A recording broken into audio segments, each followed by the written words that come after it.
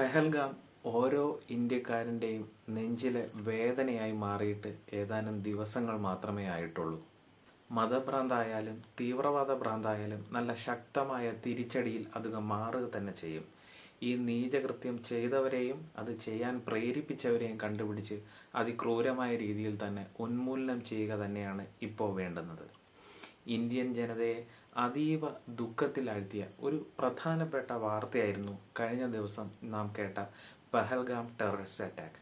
സൈനിക നടപടികളിലൂടെ മാത്രം പാകിസ്ഥാന് തിരിച്ചടികൾ നൽകിക്കൊണ്ടിരുന്ന ഇന്ത്യ ഇപ്പോൾ തങ്ങളുടെ ടാക്ടിക്സ് വേറൊരു രീതിയിലേക്ക് കൊണ്ടുവന്നിരിക്കുകയാണ്. പ്രധാനമായും 5 തരത്തിലുള്ള നീക്കങ്ങളിലൂടെ ഒരിക്കലും മറക്കാനാവാത്ത ഒരു തിരിച്ചടി പാകിസ്ഥാന് നൽകുവാനുള്ള തയ്യാറെടുപ്പിലാണ് ഇന്ത്യ. പഹൽഗാം ഭീകരാക്രമണത്തെ പറ്റിയും അതിനെതിരെ ഇന്ത്യയുടെ രഹസ്യ നീക്കങ്ങളെ പറ്റിയും വളരെ വിശദമായിട്ട് ഇന്നത്തെ വീഡിയോയിലൂടെ ഞാൻ നിങ്ങൾക്ക് പറഞ്ഞു തരാം. അപ്പോൾ മരണപ്പെട്ട നിരപരാധികളായിട്ടുള്ള പ്രിയ സഹോദരങ്ങൾക്ക് പ്രണാമം നൽകിക്കൊണ്ട് നമുക്ക് ഇന്നത്തെ വീഡിയോയിലേക്ക് കിടക്കാം. നിങ്ങൾ ആദ്യമായാണ് എൻ്റെ ചാനലിലേക്ക് വരുന്നതെങ്കിൽ ഒരു ലൈക്ക് തരിക.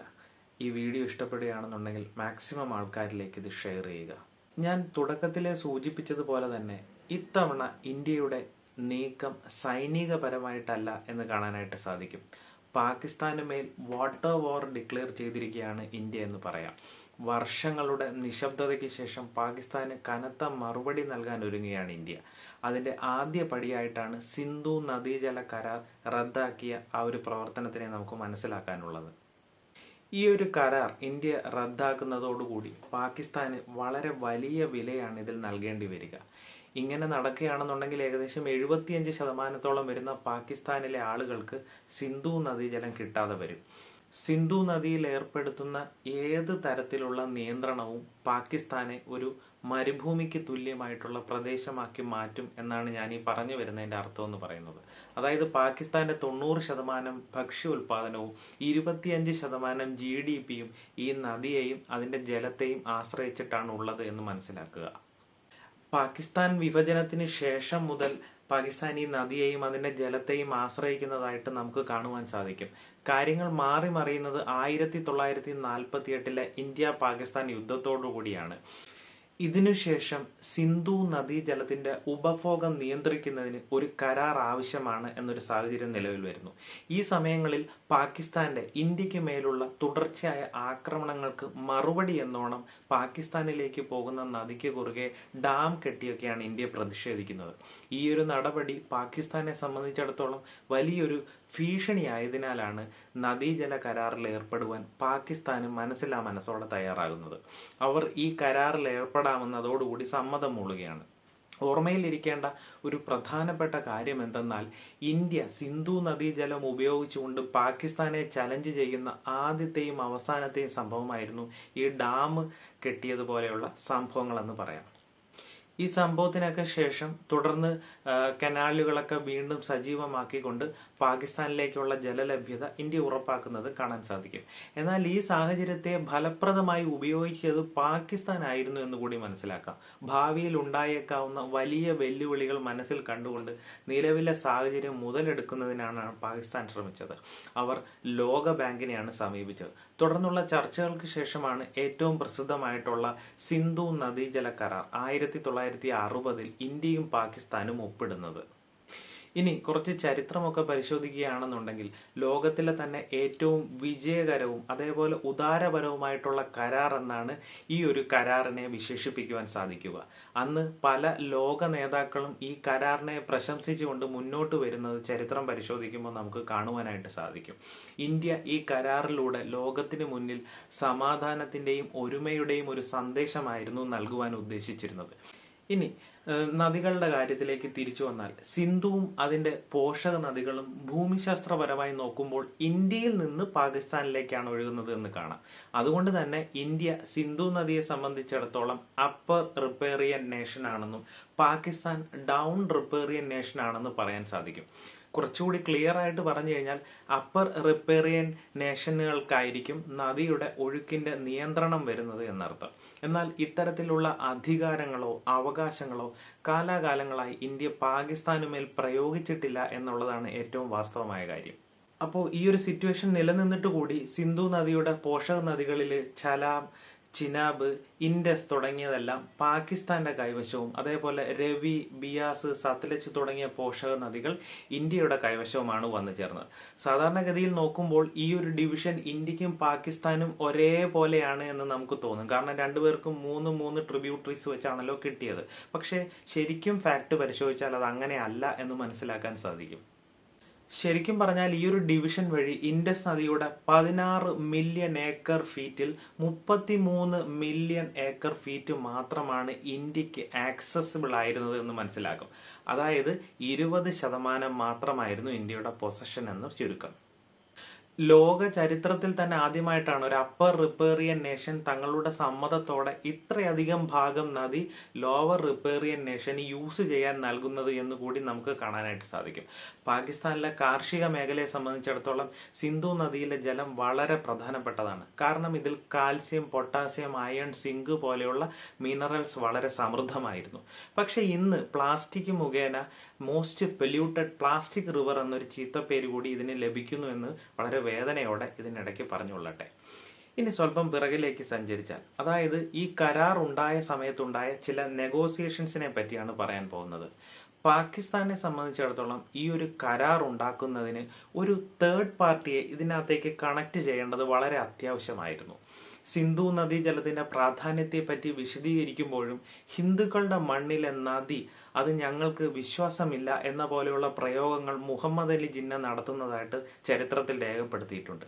എന്നാൽ ഇന്ത്യൻ പ്രധാനമന്ത്രി ജവഹർലാൽ നെഹ്റുവിനെ സംബന്ധിച്ചിടത്തോളം ഈ കരാറും ഈ ഇതുമുഖേന ഉണ്ടായ ജലത്തിന്റെ ഉപയോഗവും അതിന്റെ മാനദണ്ഡവും എല്ലാം നമുക്ക് സ്വീകാര്യമാണ് എന്നൊരു അഭിപ്രായമായിരുന്നു. പാകിസ്ഥാനുമായി നല്ലൊരു സൗഹൃദ ബന്ധം നിലനിർത്തുക എന്നതാവും ഒരുപക്ഷെ നെഹ്റു എന്ന് ചിന്തിച്ചിട്ടുണ്ടാവുക. കൂട്ടത്തിൽ ആരുടെ നിരീക്ഷണമായിരുന്നു ഏറ്റവും മികച്ചതെന്നും ആരുടെ നിരീക്ഷണമായിരുന്നു ഏറ്റവും മോശപ്പെട്ടതെന്നും തർക്ക വിഷയമായിട്ട് ഇപ്പോഴും നിലനിൽക്കുന്നുണ്ടെങ്കിൽ പോലും കരാർ സമയത്ത് ഓരോ രാജ്യങ്ങളുടെയും ആദ്യ പ്രപ്പോസലിൽ തന്നെ അവരുടെ ഇന്റൻഷൻസ് വളരെ ക്ലിയർ ആയിരുന്നു. പറയാനുള്ള കാര്യം എന്തെന്ന് വെച്ചാൽ ഇന്ത്യ പാകിസ്ഥാന് 76% ഷെയർ നൽകാമെന്നാണ് തീരുമാനിച്ചത്. എന്നാൽ പാകിസ്ഥാൻ ആകട്ടെ ഇന്ത്യക്ക് 13% മാത്രം ഷെയർ നൽകണമെന്ന ഒരു ആഗ്രഹത്തോടെ നിലനിന്നിരുന്നു. ഇന്ത്യയുടെ ഈ ഒരു ഇന്റൻഷനിൽ നിന്ന് തന്നെ ഇന്ത്യ സോഫ്റ്റ് സൈഡിലാണെന്നും ഇതിനെ തീർച്ചയായും ചൂഷണം ചെയ്യാൻ നിഷ്പ്രയാസം സാധിക്കുമെന്നും വേൾഡ് ബാങ്കിന് മനസ്സിലാകുകയുണ്ടായി. അങ്ങനെയാണ് പാകിസ്ഥാന്റെ ഒരു സെൽഫ് പ്രൊക്ലൈംഡ് ലോയർ വേഷത്തിൽ വേൾഡ് ബാങ്ക് ഇന്ത്യക്കും പാകിസ്ഥാനും ഇടയിൽ മധ്യസ്ഥതയോടുകൂടി കടന്നു വരുന്നത് എന്നും കാണാൻ സാധിക്കും. അവരുടെ മധ്യസ്ഥതയിൽ ഇൻഡസ് നദിയുടെ 80% ജലം പാകിസ്ഥാനും ബാക്കി 20% മാത്രം ജലം ഇന്ത്യക്കും നൽകാമെന്നുള്ള ഒരു ധാരണയിലെത്തിക്കുന്നു. അപ്പോൾ എല്ലാവരെയും ഞെട്ടിച്ചുകൊണ്ട് ഇന്ത്യ ഇത്രയും പാർഷ്യൽ ആയിട്ടുള്ള ഒരു തീരുമാനത്തെ പൂർണ്ണമായി അംഗീകരിക്കുകയാണ്. ആ ഒരു കാഴ്ചയാണ് കാണുന്നത്. അതുകൊണ്ട് തന്നെ ആവണം പിന്നീട് ചരിത്രത്തിൽ ഇതിനെ നെഹ്റൂസ് 6th ബ്ലണ്ടർ എന്നൊക്കെ വിശേഷിപ്പിച്ചിട്ടുണ്ട്. ഇതിന്റെ പേരിൽ നിരവധി വിമർശനങ്ങൾ അദ്ദേഹത്തിന് നേരിടേണ്ടിയും വന്നിട്ടുണ്ട്. സ്വന്തം പാർട്ടിയിലുള്ള MP-മാർ പോലും അദ്ദേഹത്തെ എതിർക്കുന്ന കാഴ്ചകളൊക്കെ നമുക്ക് കാണാനായിട്ട് സാധിച്ചു. അശോക് ഗുഹ ഈ കാര്യവുമായി ബന്ധപ്പെട്ട് പറഞ്ഞത് പാകിസ്ഥാന്റെ സന്തോഷത്തിന് വേണ്ടി ഇന്ത്യ തങ്ങളുടെ അവകാശങ്ങളെ തുലയ്ക്കുന്നു എന്നുള്ളതായിരുന്നു. എന്തൊക്കെ തന്നെ ആയാലും നെഹ്റുവിന്റെ ഈ ഒരു ഉദാര മനസ്കത പാമ്പിന് പാല് കൊടുക്കുന്ന ഫലമാണ് ചെയ്തത് എന്ന് തീർച്ചയായിട്ടും പറയുവാൻ സാധിക്കും. അതായത് കരാർ വന്ന് വർഷങ്ങൾ ഇത്രയൊക്കെ ആയിട്ടും പാകിസ്ഥാൻ ഇന്ത്യക്ക് മേലുള്ള ആക്രമണങ്ങളും അതേപോലെ തീവ്രവാദ പ്രവർത്തനങ്ങളും ഇന്നും യഥേഷ്ടം നടത്തിക്കൊണ്ടിരിക്കുകയാണ് എന്ന് കാണാം. ഇതിൽ നമ്മൾ ഇന്ത്യക്കാരെ സംബന്ധിച്ചിടത്തോളം ഏറ്റവും അഭിമാനത്തോടെ പറയാൻ പറ്റുന്ന ഒരു കാര്യം എന്തെന്നാൽ ഇത്രയധികം ഇൻസിഡൻസ് ഉണ്ടായിട്ടും നമ്മൾ ഈ കരാറിൽ നിന്ന് ഒരിക്കലും പിറകോട്ട് പോവുകയോ ഈ കരാറിന്റെ ലംഘനമോ നാളിതുവരെയും നടത്തിയിട്ടില്ല എന്നുള്ളതാണ്. ഇന്ത്യ ഒരുപക്ഷെ വിചാരിച്ചിരുന്നു എന്നുണ്ടെങ്കിൽ സിന്ധു നദിയെ പാകിസ്ഥാനെതിരായ ഒരു ആയുധമാക്കി നിഷ്പ്രയാസം മാറ്റുവാൻ സാധിക്കുമായിരുന്നു. അപ്പോൾ ഇത് മനസ്സിലാക്കണമെന്നുണ്ടെങ്കിൽ ഈ കരാറുമായി ബന്ധപ്പെട്ട് പ്രവർത്തിച്ച അമേരിക്കൻ അറ്റോർണി ഡേവിഡ് ലിലിയന്തലിന്റെ ഒരു വാക്കുകൾ മാത്രമൊന്ന് ശ്രദ്ധിച്ചാൽ മതി. പാകിസ്ഥാൻ ആക്രമിക്കുന്നതിന്റെ എത്രയോ മടങ്ങ് തീവ്രതയോടെ ഇന്ത്യക്ക് സിന്ധു നദിയിലൂടെ പാകിസ്ഥാന് ചുട്ട മറുപടി നൽകാൻ സാധിക്കും എന്നാണ് അദ്ദേഹം ഇതുമായിട്ട് ബന്ധപ്പെട്ട് അഭിപ്രായപ്പെട്ടത്. ഇത്രയധികം നഷ്ടങ്ങളൊക്കെ സംഭവിച്ചിട്ടും ഇന്ത്യ മാത്രമാണ് ഇത്രയും നാളും ഈ ഒരു കരാർ ലംഘനം നടത്താതെ മുന്നോട്ട് പോയിക്കൊണ്ടിരിക്കുന്നത് എന്നാണ് ഞാൻ ഈ പറഞ്ഞു വരുന്നതിന്റെ ചുരുക്കം. ഇനി ലോകത്തിന്റെ ഏത് ഭാഗത്തെ കാര്യങ്ങൾ എടുത്തു നോക്കിയാലും കാര്യങ്ങൾ വ്യത്യസ്തമാണ് എന്നാണ് കാണാൻ സാധിക്കുന്നത്. ഏഷ്യയിലെ കാര്യം തന്നെ നമുക്കൊന്ന് പരിശോധിച്ച് നോക്കാം. കണക്കുകളൊക്കെ നോക്കുമ്പോൾ ഏകദേശം 57 ട്രാൻസ്നാഷണൽ നദികളാണ് ഉള്ളത് എന്ന് കാണാനായിട്ട് സാധിക്കും. 2 അതിലധികമോ രാജ്യങ്ങളിലൂടെ ഒഴുകുന്ന നദികളെയാണ് നാം പൊതുവെ ട്രാൻസ്നാഷണൽ നദികൾ എന്നൊക്കെ സാധാരണ വിശേഷിപ്പിക്കുന്നത്. അപ്പോൾ ഈ ഒരു കാര്യം മനസ്സിലാക്കുക. എന്നാൽ ഈ നദികളുടെ ഷെയറിങ്ങുമായി ബന്ധപ്പെട്ട് ഇതുവരെയും യാതൊരു തരത്തിലുമുള്ള കരാറുകൾ ഈ ഏഷ്യയിലെ ചരിത്രം പരിശോധിച്ചാൽ എവിടെയും നിലനിൽക്കുന്നില്ല എന്നാണ് കാണാൻ സാധിക്കുന്നത്. ഇനി നമ്മുടെ തൊട്ടയൽ രാജ്യമായ ചൈനയുടെ കാര്യത്തിലേക്ക് തന്നെ കടന്നു കഴിഞ്ഞാൽ ഏറ്റവും അധികം ട്രാൻസ്നാഷണൽ നദികൾ ഒഴുകുന്ന ഒരു രാജ്യമാണ് ചൈന എന്ന് പറയുന്നത്. ഏകദേശം 18ഓളം അപ്സ്ട്രീം റിവേഴ്സ് ആണ് മറ്റു രാജ്യങ്ങളിലേക്ക് ഒഴുകുന്നത് എന്ന് കാണാൻ സാധിക്കും. എന്നാൽ ഈ രാജ്യങ്ങളുമായിട്ട് ഒരു തരത്തിലുള്ള വാട്ടർ ഷെയറിംഗ് കരാറുകളിലും ചൈന ഏർപ്പെട്ടിട്ടില്ല എന്ന് വളരെ ക്ലിയർ ആയിട്ട് നമുക്ക് കാണാൻ സാധിക്കും. മറിച്ച് അവർ പല രീതിയിൽ ഇതിനെ നിയന്ത്രിക്കുന്നതായിട്ടാണ് നമ്മൾ ഇതുവരെയും കണ്ടിട്ടുള്ളത്. എന്തിനേറെ പറയുന്നു, ബംഗ്ലാദേശുമായിട്ട് പോലും ഇത്തരത്തിലുള്ള ജല കരാറുകളിൽ ഇന്ത്യ ഏർപ്പെട്ടിട്ടുള്ളതായിട്ട് നമുക്കറിയാം. അങ്ങനെ നോക്കുമ്പോൾ ഇപ്രകാരം ഒന്നോ അതിൽ കൂടുതലോ നദീജല കരാറുകളിൽ ഏർപ്പെടുന്ന ഏഷ്യയിലെ ഏക രാജ്യം ഇന്ത്യയാണ് എന്നുകൂടി കാണാനായിട്ട് സാധിക്കും. ഏറെ ചിന്തിക്കാനുള്ള ഒരു കാര്യം എന്തെന്നാൽ ഇത്രയും നാൾ ക്ഷമിച്ച ഇന്ത്യ പെട്ടെന്ന് എങ്ങനെയാണ് ഇത്തരത്തിലുള്ള ഒരു തീരുമാനത്തിലേക്ക് എത്തി എന്നുള്ളതാണ് ചിന്തിക്കേണ്ടത്. ഇതിന്റെ ഏറ്റവും പ്രധാനപ്പെട്ട കാരണങ്ങളിൽ ഒന്നായി പറയാനുള്ളത് ഇൻഡസ് റിവറിലുള്ള ഇന്ത്യയുടെ പ്രവർത്തനങ്ങളെ പാകിസ്ഥാൻ നിരന്തരം ചോദ്യം ചെയ്യിക്കുന്നതുമായിട്ട് ബന്ധപ്പെട്ടിട്ടുള്ളതാണ്. 2015 ഇൻഡസ് നദിയിൽ നിർമ്മിച്ച 2 ഡാമിന്മേൽ പാകിസ്ഥാൻ അവരുടെ ഒബ്ജക്ഷൻ അറിയിക്കുകയുണ്ടായി. അങ്ങനെ ഒരിക്കൽ കൂടി പാകിസ്ഥാൻ ഇതുമായി ബന്ധപ്പെട്ട് ലോക ബാങ്കിനെ സമീപിക്കുന്നത് കാണാം. ഇതിന്റെ തീരുമാനത്തിനായി ഒരു ന്യൂട്രൽ എക്സ്പേർട്ടിനെ നിയമിക്കണം എന്നതായിരുന്നു പാകിസ്ഥാന്റെ ആവശ്യം. 2 രാജ്യങ്ങൾ തമ്മിൽ ചെറിയ ചെറിയ വ്യത്യാസങ്ങൾ ഉണ്ടാവുകയും എന്നാൽ ഇത്തരം വ്യത്യാസങ്ങൾ ഭാവിയിൽ വലിയ ഡിസ്പ്യൂട്ട് അല്ലെങ്കിൽ പ്രശ്നങ്ങളിലേക്കൊക്കെ പോകാൻ സാധ്യതയുള്ള സന്ദർഭങ്ങളിലാണ് സാധാരണയായി ന്യൂട്രൽ എക്സ്പേർട്ടിനെ നിയമിക്കുന്നത് എന്ന് മനസ്സിലാക്കുക. ഇത്തരം കേസുകൾ കോർട്ട് ഓഫ് ആർബിട്രേഷനിലാണ് എത്തുന്നത് എന്നുകൂടി മനസ്സിലാക്കുക. ഇത് മാത്രമല്ല, പാകിസ്ഥാൻ സ്വയം അവരുടെ താല്പര്യം അനുസരിച്ചിട്ടുള്ള ഒരു ന്യൂട്രൽ എക്സ്പേർട്ടിനെ നിയമിക്കണമെന്നൊരു റിക്വസ്റ്റ് അവിടെ സമർപ്പിക്കുന്നതും കാണാൻ സാധിക്കും. ഈ കാര്യങ്ങളിലെല്ലാം പാകിസ്ഥാന് അനുകൂലമായ വിധിയാണ് ഉണ്ടാകുന്നത് കൂടി എന്ന് മനസ്സിലാക്കുക. ഇനി IWTയുടെ ആർട്ടിക്കിൾ 9 പ്രകാരം ഡിസ്പ്യൂട്ട് സെറ്റിൽമെന്റിനുള്ള 2 പാരലൽ ജുഡീഷ്യൽ പ്രോസസ് എന്നത് ഇല്ലീഗലാണ് എന്ന ഒരു പോയിന്റ് അവിടെ നിലനിൽക്കുകയാണ്. അപ്പോൾ ഇങ്ങനെ ഇരിക്കെയാണ് പാകിസ്ഥാന് അനുകൂലമായിട്ടുള്ള നിലപാടുകൾ ഉണ്ടാകുന്നത് എന്നതാണ് ശ്രദ്ധേയം. എന്നാൽ ഈ ഒരു കോംപ്ലിക്കേഷൻ തുടർന്ന് മനസ്സിലാക്കിയ വേൾഡ് ബാങ്ക് ഈ ഒരു പ്രപ്പോസൽ അവിടെ സ്റ്റേ ചെയ്യുന്ന ഒരു കാഴ്ച കൂടി നമുക്ക് കാണാൻ സാധിക്കും. ഇത്രയുമൊക്കെ കേൾക്കുമ്പോൾ നിങ്ങളുടെ മനസ്സിലും തീർച്ചയായിട്ടും ഒരു സംശയം തോന്നുന്നുണ്ടാവും. എന്തുകൊണ്ടാണ് വേൾഡ് ബാങ്ക് പാകിസ്ഥാൻ അനുകൂലമായിട്ടുള്ള തീരുമാനങ്ങൾ മാത്രം കൈക്കൊള്ളുന്നത് എന്നുള്ളത്? ലോകബാങ്കിന്റെ ഏറ്റവും വലിയ സ്റ്റേക്ക് ഹോൾഡർ രാജ്യമാണ് അമേരിക്ക എന്ന് പറയുന്നത്. വീറ്റോ അധികാരം കൂടി കൈവശമുള്ള ഒരു രാജ്യമാണ് ഇതെന്ന് നമുക്ക് എല്ലാവർക്കും അറിയാം. അതുകൊണ്ട് ആ സമയത്തൊക്കെ അതിനെ ലോക ബാങ്ക് എന്ന് വിശേഷിപ്പിക്കുന്നതിന് പകരം അമേരിക്കൻ ബാങ്ക് എന്നൊക്കെ വേണമെങ്കിൽ വിശേഷിപ്പിക്കാമായിരുന്നു. ഈ ഒരു കരാർ വരുന്ന സമയത്ത് പാകിസ്ഥാൻ അമേരിക്കൻ രാജ്യങ്ങൾക്കിടയിലുള്ള ബയലാറ്ററൽ കണക്ഷൻ കുറച്ച് സ്ട്രോങ് ആയിരുന്നു എന്ന് നമുക്ക് കാണുവാനായിട്ട് സാധിക്കും. അപ്പോൾ സ്വാഭാവികമായിട്ടും ഇത്തരം കരാറുകൾ പാകിസ്ഥാന് അനുകൂലമായി മാറുന്നതായിട്ട് നമുക്ക് കാണാൻ സാധിക്കും. അതാണ് അതിന്റെ ഒരു ഫാക്ട് എന്ന് പറയുന്നത്. ഈ ഒരു വിവേചനം അതിന്റെ പൂർണ്ണ രൂപത്തിൽ കാണാൻ സാധിച്ചത് അമേരിക്ക ഹങ്കർ ഇൻഡെക്സ് ലിസ്റ്റ് ഒക്കെ റിലീസ് ചെയ്യുകയുണ്ടായി. അപ്പോൾ ആ ലിസ്റ്റിൽ പാകിസ്ഥാനും താഴെയായിട്ടാണ് ഇന്ത്യയെ പ്ലേസ് ചെയ്തിരിക്കുന്നത്. അപ്പോൾ ഇത് കണ്ടുകൊണ്ടിരിക്കുന്ന നിങ്ങൾ തന്നെ ഒന്ന് ചിന്തിച്ചു നോക്കുക. ഹങ്കർ പ്രോൺ ലിസ്റ്റുകളിലൊക്കെ പാകിസ്ഥാന് താഴെ ഇന്ത്യയെ പ്ലേസ് ചെയ്തിരിക്കുന്ന ഒരവസ്ഥ ഒന്നും പറയാനില്ല. ഇതുമായി ബന്ധപ്പെട്ട ശക്തമായ പ്രതിഷേധം തുടർന്ന് ഇന്ത്യ അറിയിക്കുന്ന ഒരു കാഴ്ച കൂടി നമ്മൾ കണ്ടു. രക്തവും ജലവും ഒരിക്കലും ഒരുമിച്ചൊഴുകുകയില്ല എന്നാണ് ഇതുമായി ബന്ധപ്പെട്ട് പ്രധാനമന്ത്രി നരേന്ദ്രമോദി പറഞ്ഞിട്ടുണ്ടായിരുന്നത്.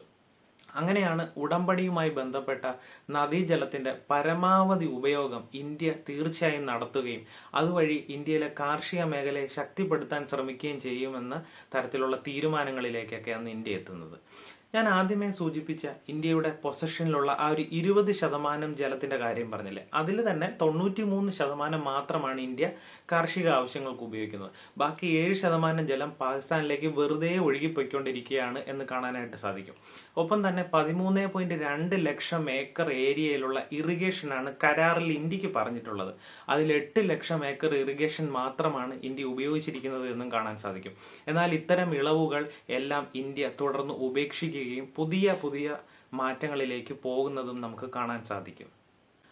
പുതിയ മാറ്റങ്ങൾ എന്ന് പറഞ്ഞാൽ പുതിയ ഇറിഗേഷൻ പ്രോജക്റ്റുകൾ രാജ്യത്ത് പല സ്ഥലങ്ങളിലായിട്ട് കൊണ്ടുവരുന്നതായിട്ട് നമുക്ക് കാണുവാനായിട്ട് സാധിക്കും.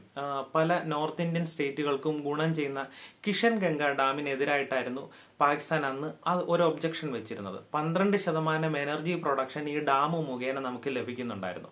പാകിസ്ഥാന് തലവേദനയാകുന്ന ഈ ഒരു ഡാം ഇന്ത്യക്ക് എത്രത്തോളം ഉപകാരപ്രദമാണ് എന്ന് ഈ കണക്കുകൾ പരിശോധിക്കുമ്പോൾ നമുക്ക് മനസ്സിലാകും.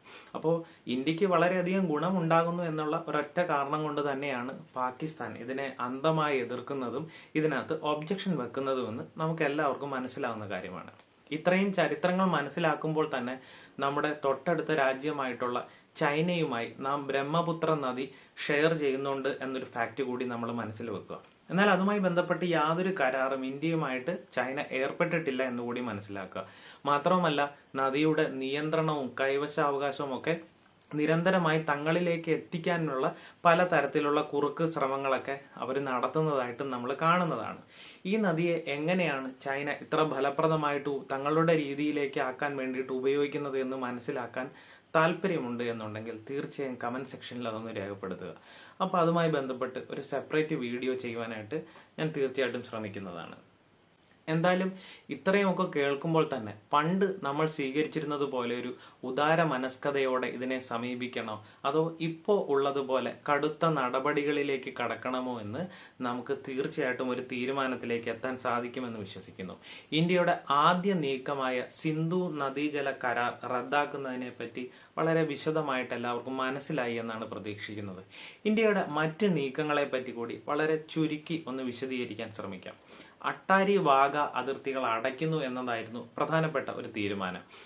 ഇന്ത്യയും പാകിസ്ഥാനും തമ്മിലുള്ള പ്രധാന അതിർത്തിയായിട്ടുള്ള അട്ടാരി വാഗ ചെക്ക് പോസ്റ്റ് അടച്ചുപൂട്ടാനും പാകിസ്ഥാൻ പൗരന്മാർ ഉൾപ്പെടെയുള്ള എല്ലാ അതിർത്തി കടന്നുള്ള യാത്രകളും ഉടൻ തന്നെ നിർത്തിവെക്കാനും തീരുമാനമുണ്ടായി. സാധുവായ യാത്രാരേഖകളോടെ ഇതിനോടകം ഇന്ത്യയിലെത്തിയ പാകിസ്ഥാൻ പൗരന്മാർക്ക് തിരിച്ചു മടങ്ങുന്നതിനായി 2025 മെയ് 1 വരെയാണ് അനുമതി നൽകിയിട്ടുള്ളത്. അതേപോലെ ഇസ്ലാമാബാദിലെ ഹൈക്കമ്മീഷൻ ജീവനക്കാരെ പിൻവലിക്കുന്നു എന്നതായിരുന്നു അടുത്ത ഒരു സുപ്രധാന നടപടിയായി അവിടെ കൈക്കൊണ്ടിരുന്നത്. ഇസ്ലാമാബാദിലെ ഇന്ത്യൻ ഹൈക്കമ്മീഷനിലെ ജീവനക്കാരുടെ എണ്ണം ഗണ്യമായി കുറയ്ക്കുവാനും ഇതിനോടകം ഒരു തീരുമാനം കൈക്കൊണ്ടു. ഇതിന്റെ ഭാഗമായി ഹൈക്കമ്മീഷനിലെ പ്രതിരോധ, നാവിക, വ്യോമ ഉപദേഷ്ടാക്കളെ ഉടൻ തന്നെ പിൻവലിക്കുന്നതായിരിക്കും. ഈ തസ്തികകളെല്ലാം റദ്ദാക്കിയതായിട്ടാണ് പിന്നീട് കണക്കാക്കുക. കൂടാതെ ഇരു ഹൈക്കമ്മീഷനുകളിലെയും 5 സപ്പോർട്ടിംഗ് സ്റ്റാഫുകളെയും പിൻവലിക്കും. മെയ് 1 ഹൈക്കമ്മീഷനുകളിലെ മൊത്തം ജീവനക്കാരുടെ എണ്ണം നിലവിൽ 55 ആയിരുന്നു, അത് 30ലേക്ക് കുറയ്ക്കുവാനായിട്ടാണ് തീരുമാനം ഉണ്ടായിരിക്കുന്നത്. സാർക്ക് വിസ റദ്ദാക്കുക എന്നത് മറ്റൊരു നിർണായകമായ തീരുമാനമായിരുന്നു. സാർക്ക് എന്നാൽ south Asian association for regional corporation എന്നാണ് അതിന്റെ ഫുൾ ഫോം. ഇത്തരം വിസ ഇളവ് പദ്ധതി പ്രകാരം പാകിസ്ഥാൻ പൗരന്മാർക്ക് ഇന്ത്യയിലേക്ക് യാത്ര ചെയ്യാൻ അനുമതി നൽകില്ല എന്നാണ് കേന്ദ്രം വ്യക്തമാക്കിയത്. ഇതിനോടകം സാർക്ക് വിസയിൽ ഇന്ത്യയിലെത്തിയ ഏതൊരു പാകിസ്ഥാൻ പൗരനും 48 മണിക്കൂറിനുള്ളിൽ രാജ്യം വിടേണ്ടതായിട്ട് വരും. സാർക്ക് വിസയുള്ള രാജ്യങ്ങളിൽ പാകിസ്ഥാന് മേൽ മാത്രമാണ് ഇന്ത്യ ഇത്തരമൊരു നടപടി സ്വീകരിച്ചിരിക്കുന്നത് എന്ന് കാണാം. പാകിസ്ഥാനെ ഈ മേഖലയിൽ ഒറ്റപ്പെടുത്തുക എന്ന വലിയൊരു ലക്ഷ്യമാണ് ഇതിലൂടെ ഇന്ത്യ സ്വീകരിച്ചിരിക്കുന്നത് എന്ന് വേണം നമുക്ക് മനസ്സിലാക്കുവാനായിട്ടുള്ളത്. പാക് നയതന്ത്രജ്ഞരെ പുറത്താക്കുന്നു എന്നത് മറ്റൊരു പ്രധാനപ്പെട്ട നീക്കമായി പറയാം. ന്യൂഡൽഹിയിലെ പാകിസ്ഥാൻ ഹൈക്കമ്മീഷനിലെ പ്രതിരോധ, നാവിക, വ്യോമ ഉപദേഷ്ടാക്കളെ പേഴ്സൺ നോൺ ഗ്രേറ്റയായി പ്രഖ്യാപിക്കുകയുണ്ടായി. ഇവർക്ക് ഇന്ത്യ വിട്ടുപോകാൻ ഒരാഴ്ച സമയമാണ് അനുവദിച്ചിരിക്കുന്നത്. ഇതിന് പിന്നാലെ ഇന്ത്യ ഡൽഹിയിലെ പാകിസ്ഥാൻ ഹൈക്കമ്മീഷനിലെ ഉന്നത നയതന്ത്രജ്ഞൻ സാദ് അഹമ്മദ് വറൈച്ചിനെ വിളിച്ചു വരുത്തി ഔദ്യോഗികമായി ഈ വിവരം അറിയിക്കുകയും ചെയ്തു എന്നതാണ് ലേറ്റസ്റ്റ് അപ്ഡേറ്റ് ആയിട്ട് പറയാനുള്ളത്. എന്തൊക്കെയായാലും പാകിസ്ഥാന് മേൽ നയതന്ത്രപരമായി വലിയ തിരിച്ചടി നൽകിയിരിക്കുകയാണ് ഇന്ത്യ എന്നാണ് ചുരുക്കി പറയുവാനുള്ളത്. ഇന്ത്യയുടെ നീക്കങ്ങളും നടപടികളും നിങ്ങൾ എങ്ങനെയാണ് വിലയിരുത്തുന്നത് എന്ന് കമന്റ് സെക്ഷനുകളിൽ രേഖപ്പെടുത്തുക. ഈ വിഷയവുമായി ബന്ധപ്പെട്ട് വിട്ടുപോയ എന്തെങ്കിലും കാര്യങ്ങൾ രേഖപ്പെടുത്താനുണ്ടെങ്കിൽ അതും കമന്റ് സെക്ഷനുകൾ പ്രതീക്ഷിക്കുന്നു. അതുപോലെ തന്നെ ഈ വിഷയവുമായി ബന്ധപ്പെട്ട് എന്തെങ്കിലും അഭിപ്രായ വ്യത്യാസങ്ങൾ ഉണ്ടെങ്കിൽ അതുകൂടി രേഖപ്പെടുത്തണമെന്ന് താഴ്മയായി അഭ്യർത്ഥിക്കുകയാണ്. സോ ഈ വീഡിയോ ഇഷ്ടപ്പെട്ടെങ്കിൽ ഒരു ലൈക്കും പരമാവധി ഷെയറും തന്ന് സഹായിക്കുക. അപ്പോൾ ഇതുപോലെ ഇൻട്രസ്റ്റിംഗ് ആയിട്ടുള്ള മറ്റൊരു ടോപ്പിക്കുമായി മറ്റൊരു ദിവസം വീണ്ടും കാണും വരെ it's me Liju signing off.